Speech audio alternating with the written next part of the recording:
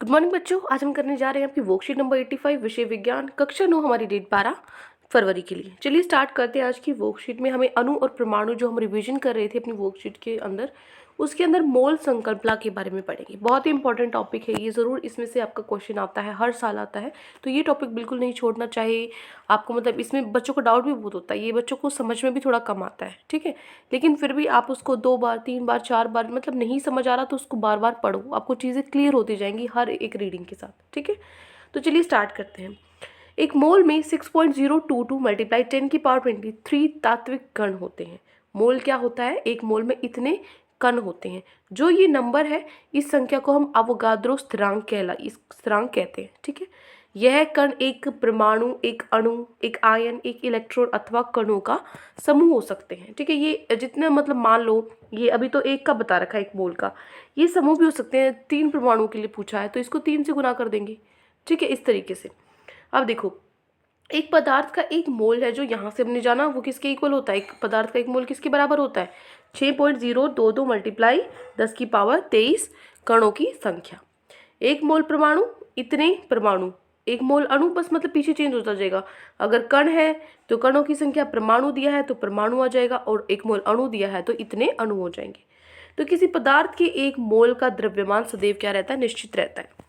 किसी पदार्थ में एक मोल का द्रव्यमान उसके सापेक्ष परमाणु और अणु द्रव्यमान के बराबर होता है।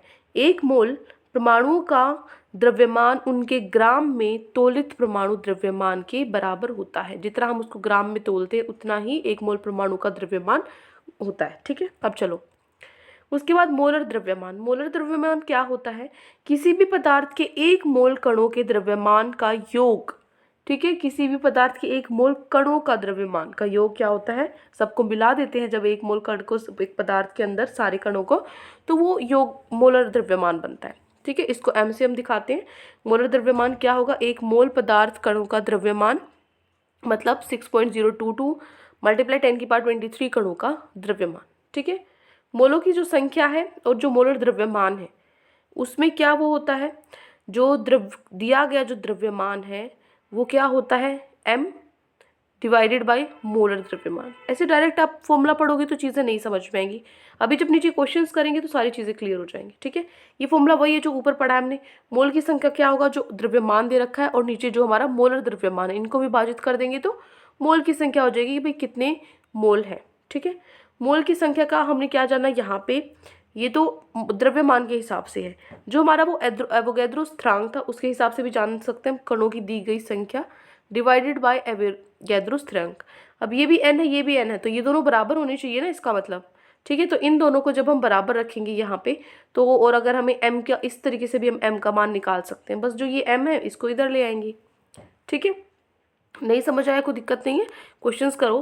पहले आपके यहाँ पे 2 उदाहरण दिए हुए हैं। पहला उदाहरण है आपको 88 ग्राम 88 ग्राम कार्बन डाइऑक्साइड के में कणों की संख्या पढ़नी है, ठीक है।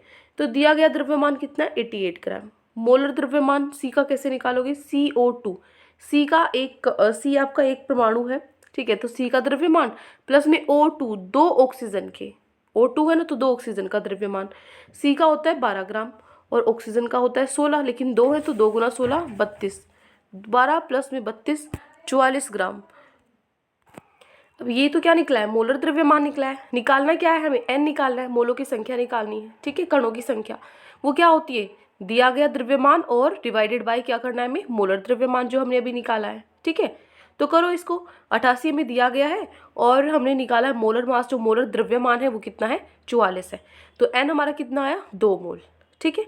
ये 2 मोल आया है। अब 1 मोल किसके बराबर होता है? 6.022 मल्टीप्लाई 10⁻23 पे। तो 2 मोल कितने होंगे? 2 गुना में कर दो इसको, 2 गुना में कर दिया, तुम्हारा आंसर आया 12.044 गुना में 10⁻23। क्लियर है? अब देखो दूसरा प्रश्न। 8 ग्राम हीलियम में परमाणु की संख्या। एक हीलियम में कितने होते हैं? 6.022 10⁻23 परमाणु, ठीक है।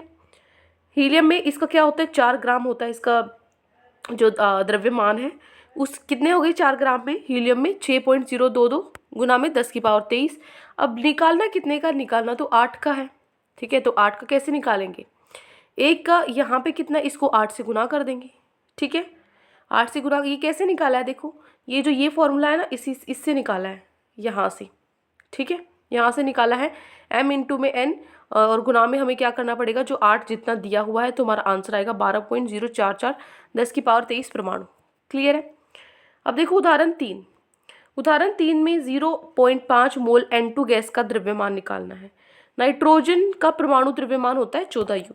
ठीक है, ये सारे आपको याद होने चाहिए, 14U, 16U ऑक्सीजन का, 35.5 क्लोरीन का, ये सारे जो इंपॉर्टेंट है याद होने चाहिए आपको। हाइड्रोजन का 1 होता है। अब देखो अणु का द्रव्यमान कितना होगा, यहाँ पे ये द्रव्यमान नाइट्रोजन का है, लेकिन नाइट्रोजन गैस N2 है, N2 है, तो 14 को गुना करो 2 से 28U। 1 मोल नाइट्रोजन गैस अणु में नाइट्रोजन गैस का 0.5 मोल कितना होगा, 28 ग्राम में 0.5 14 ग्राम हो जाएगा। क्लियर है। अब देखो हमारे क्वेश्चन आंसर पे आते हैं। 5 प्रश्न उत्तर आज आपको दिए हुए हैं। पहला है एक मोल तथा मोलर द्रव्यमान को परिभाषित कीजिए। चाहो तो यहाँ से भी कर सकते हो, अदरवाइज मैं तो लिखवाऊंगी ही। एक मोल और मोलर मास, मोल तो हो गया ये, ठीक है, और मोलर मास जो हो गया, मोलर द्रव्यमान जो हो गया वो हो गया ये आपका फर्स्ट का आंसर। लिख लेते हैं इसको। ये आपका फर्स्ट क्वेश्चन अगर यहाँ पे थोड़ा सा कम दिख रहा हो इसलिए मैंने वहाँ पे भी बताया। एक मोल तथा मोलर द्रव्यमान को परिभाषित करें। एक मोल में 6.022 गुना में 10⁻23 तात्विक कण होते हैं। ये संख्या अवोगाद्रो स्थिरांक कहलाती है। यह कण एक परमाणु, एक अणु, एक आयन, एक इलेक्ट्रॉन अथवा कणों का समूह हो सकते हैं। जबकि जो मोलर द्रव्यमान है ये किसी भी पदार्थ के 1 मोल कणों के द्रव्यमान का योग मोलर द्रव्यमान होता है। इसे m द्वारा प्रदर्शित करते हैं। ठीक है, हो गया फर्स्ट क्वेश्चन। दूसरा देखो, 0 आपको यहाँ पे दिया हुआ है 8 मोल O2 गैस का, ऑक्सीजन गैस का द्रव्यमान ज्ञात करना है। द्रव्यमान का फॉर्मूला क्या होता है, मोलर द्रव्यमान गुना में मोलों की संख्या। m हमें निकालना है। मोलर द्रव्यमान कितना है, ऑक्सीजन का 16 होता है, 16U। 2 है यहाँ पे, O2 है, 2 एटम है, 2 परमाणु है, 2 गुना में 16 32 आ जाएगा। तो मोलर द्रव्यमान तो 32 है और n कितने 8 मोल के लिए निकालना है, तो 32 गुना में 8, ये कितना आ जाएगा 256 ग्राम, हमारा आंसर आ गया। ठीक है, हो गया क्वेश्चन नंबर 2। अब चलो प्रश्न नंबर 3 पर। प्रश्न 3 है 2.8 ग्राम लोहे में उपस्थित परमाणुओं की संख्या ज्ञात कीजिए। आपको दिया हुआ है एटॉमिक मास 54U है, किसका, लोहे का। ठीक है, चलो देखो, तो यहाँ पे जो परमाणु की संख्या है वो कैसे निकालते हैं, दिया गया द्रव्यमान उसको विभाजित करते हैं मोलर द्रव्यमान से, और जो हमारा एवोगैड्रो स्थिरांक होता है उससे गुना करना होता है। तो दिया गया द्रव्यमान कितना है 2.8 ग्राम, आपको दिया कितना है मास द्रव्यमान, आपको दिया कितना है 54, और जो मोलर मास है वो दिया हुआ है 54, और जो एवोगैड्रो नंबर है वो 6.022 गुना में 10⁻23। बस इसको गुना कर दो। ठीक है, यहाँ पे इसको पूरा सोल्व करोगे तो आपका 0.31 आएगा, गुना में 10⁻23 परमाणु की संख्या निकलाई। क्लियर है, प्रश्न नंबर 3 हो गया। अब प्रश्न 4 देखो। प्रश्न 4 है 5 मोल क्लोरीन का ग्राम परमाणु द्रव्यमान ज्ञात कीजिए। द्रव्यमान का फॉर्मूला क्या होता है, मोलर द्रव्यमान गुना में मोलों की संख्या। मोलर द्रव्यमान कितना है, क्लोरीन का होता है 35.5, और मोलों की संख्या 5 मोल के लिए निकालना है, तो गुना में 5 कर दोगे तो कितना आ जाएगा 177.5 ग्राम। ठीक है, ये छोटा सा आपका क्या था प्रश्न नंबर 4। अब आखिरी प्रश्न पे चलते हैं, प्रश्न नंबर 5 पे। इसमें आपसे पूछा है किसमें अधिक परमाणु है, 100 ग्राम नाइट्रोजन गैस या अथवा 100 ग्राम अमोनिया में, किसमें परमाणु की संख्या ज़्यादा है। तो देखो 100 ग्राम नाइट्रोजन गैस में मोलों की संख्या कितनी है, 100 जो आपको दिया हुआ है द्रव्यमान, 100 गुना में जो इसका मोलर द्रव्यमान होता है, क्या है मोलर द्रव्यमान, n का होता है 14, N2 है, नाइट्रोजन गैस है, तो 14 गुना में 2 कितना हो गया 28 हो गया। 28 हो गया इसका मोलर द्रव्यमान, तो हमने इसको 28 से विभाजित कर दिया तो आया 3.57। इसी प्रकार 100 ग्राम NH3 में देखो मोलों की संख्या, 100 में पूछिए ना, दिया गया द्रव्यमान 100 बटे में 17, 17 कैसे आया, नाइट्रोजन की होता है 14, अब की बार एक ही नाइट्रोजन N2 नहीं है तो एक ही बार 14 लिखेंगे। H का होता है 1 और 3 परमाणु है H के, 1 गुना में 3, 3 और 14 17 हो गए। ठीक है, तो 100 बटे में 17 5.88।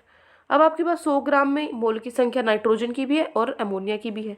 अब 1 मोल नाइट्रोजन में इतने होते हैं 6.022 गुना में 10⁻23, तो 3.57 में इतने में कितने होंगे, इसको गुना कर दो। गुना में किसे कर दिया 2 से, क्योंकि N2 है ना, 2 है तो 2 के लिए निकालना है हमें। ठीक है, तो ये हो गया आपका आंसर 42.99। इसको अप्रोक्सीमेटली 43 लिख सकते हो, 43 गुना में 10⁻23। ठीक है, उसके बाद 1 मोल NH3 में भी देखो इतना होता है, तो 5.88 में कितना होगा, इसको 5.88 से गुना कर दो। गुना में 4 से करना होता है, क्यों? क्योंकि N एक तो N हो गया और 3 हाइड्रोजन हो गई, तो टोटल 4 हो गए ना परमाणु, तो 4, तो इसको करोगे गुना तो 141.69 गुना में 10 की पावर 23। ये ज़्यादा है या ये ज़्यादा है? ये ज़्यादा है ना, तो 100 ग्राम NH3 में अधिक परमाणु। ठीक है, ये हो गया आपका प्रश्न नंबर 5। तो ये 5 प्रश्न आज आपकी वर्कशीट में दिए गए थे। आई होप आपको अच्छे से समझ में आ गए हैं। कोई भी डाउट है पूरी वर्कशीट में तो कमेंट सेक्शन में आप मुझसे पूछ सकते हैं, और अगर आपको वीडियो अच्छी लगे तो चैनल को सब्सक्राइब कर सकते हैं, वीडियो को लाइक कर सकते हैं। Thank you and have a great day.